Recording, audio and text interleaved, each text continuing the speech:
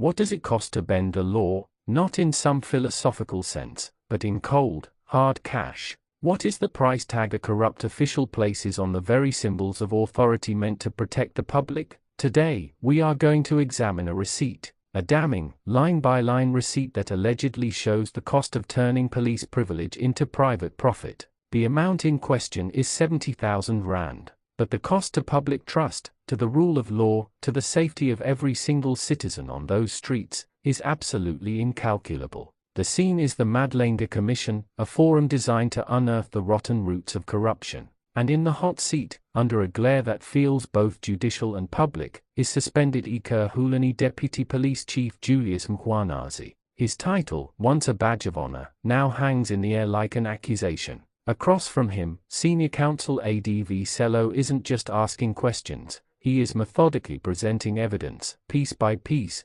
constructing a cage of facts around the witness. The central character in this drama, though not in the room, is a man known as Madlanga, a private security mogul. His world is one of armored vehicles and protected clients. But the allegation is that he sought something more, the aura, the power, the terrifying authority of the state itself. Specifically, the unrestricted use of blue lights and sirens, emergency equipment that screams official business and parts traffic like the Red Sea. Now, I want you to picture this. You're stuck in traffic, an ambulance is trying to get through, and suddenly a convoy of sleek, black SUVs with flashing blue lights forces everyone aside. You assume it's a police minister or a head of state. But what if it's just a private security boss running late for a meeting? What does that do to your respect for that signal? What does that tell you about who really controls the streets? Adv Sello had the bank records. Concrete, undeniable lines of data transferred from one account to another.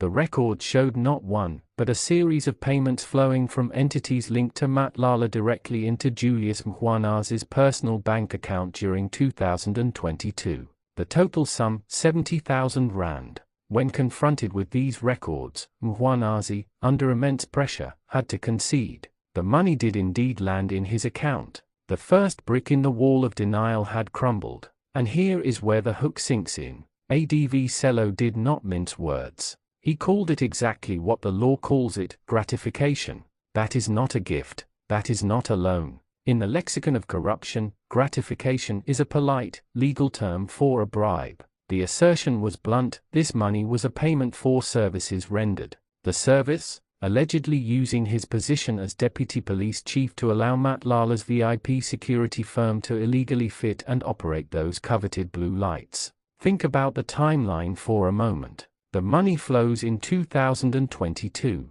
Coincidentally, or not so coincidentally, that is exactly the period when residents and other officers began reporting Madlanga's vehicles sporting these illegal emergency lights. It paints a picture, doesn't it? A financial transaction followed by a visible, illegal advantage on the road. One hand washes the other, but with the grime of corruption. So, I have a small question for you in the comments. Have you ever seen a private vehicle you suspected was using illegal blue lights? What did it look like, and how did it make you feel? Share your experience, because this isn't just a story in a commission, it's about what we see on our roads every day. This is the smoking gun. The alleged quid pro quo laid bare in bank statements. We are not talking about vague allegations here. We are talking about a financial trail that leads from a security boss's coffers directly to the pocket of a top cop. The central question the commission must answer is whether this was a legitimate transaction or a criminal exchange.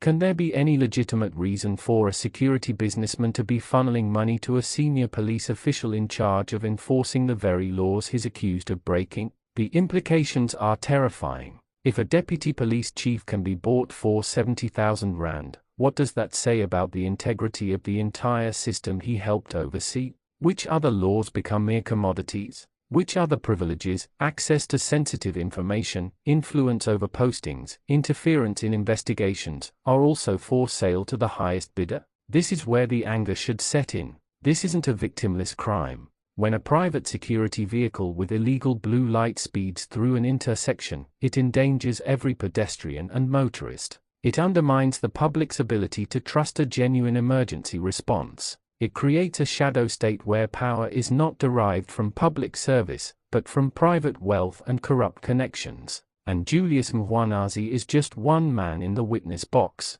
The Commission's mandate is wider, probing the intricate relationship between senior police and private security firms. This suggests a network, a system of mutually beneficial arrangements. Who else was on the payroll? Which other firms were buying influence? How deep does this rabbit hole of privilege for sale actually go? The suspended deputy chief's testimony is paused, set to resume next week. One can only imagine the tension in that room, the weight of the evidence yet to be presented. What explanations could he possibly offer? A sudden, unexplained financial windfall framed as a gift, a loan with no paperwork. The public is waiting, and frankly, we are tired of fairy tales. This case forces us to ask another uncomfortable question.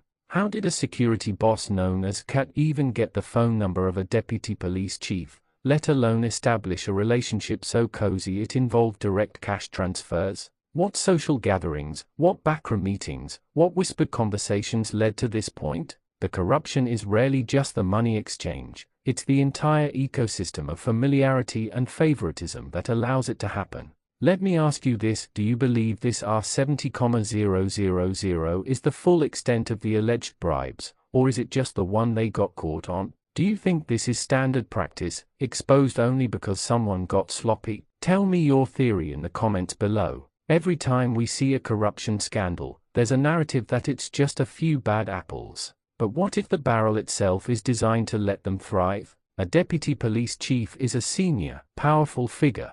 The safeguards should have been immense. The oversight should have been rigorous. The fact that this allegedly happened so easily points to a catastrophic failure of internal controls and ethical enforcement within the police service itself. Think about the honest cops on the beat, the detectives working cases with limited resources. How must they feel seeing their second-in-command grilled over bribes from a security boss? It demoralizes an entire force. It tells every honest officer that their integrity is a currency less valuable than 70,000 rand to their superiors. That is a devastating blow to morale. The figure of user music Kat Madlanga looms large. He represents a new kind of power player, the private individual who, through wealth and alleged corruption, seeks to acquire the trappings of state authority. It's a silent coup, not with guns, but with bank transfers and illegal light fittings. It's the privatization of police power, and it should scare every single one of us.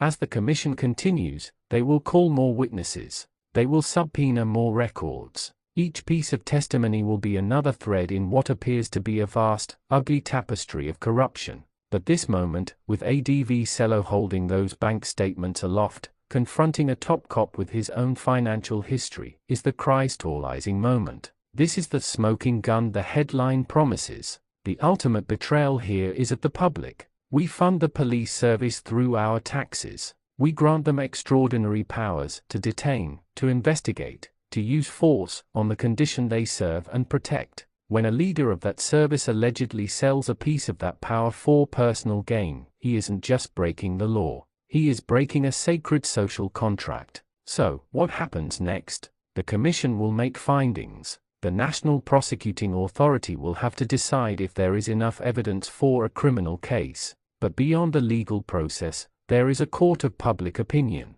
And in that court, the evidence already feels overwhelming. This story is a microcosm of a much larger disease. It's about how access is commodified, how rules are for the poor, and how connections and cash can buy you the right to act above the law. It's a story that repeats itself across different sectors, but it is never less infuriating. As we wait for more testimony next week, we are left with that figure, R70,000, a life-changing sum for many citizens, but apparently just the going rate for a piece of a police chief's soul and a set of illegal blue lights. It's a bargain for the buyer, but a theft from the nation. Stay angry, stay engaged. This is not just a news item, it is a direct reflection of why services fail, why trust erodes, and why inequality persists. Corruption has a face, a bank account, and a price tag. Today, we have been shown all three. Share this video. Let everyone know the details of this case.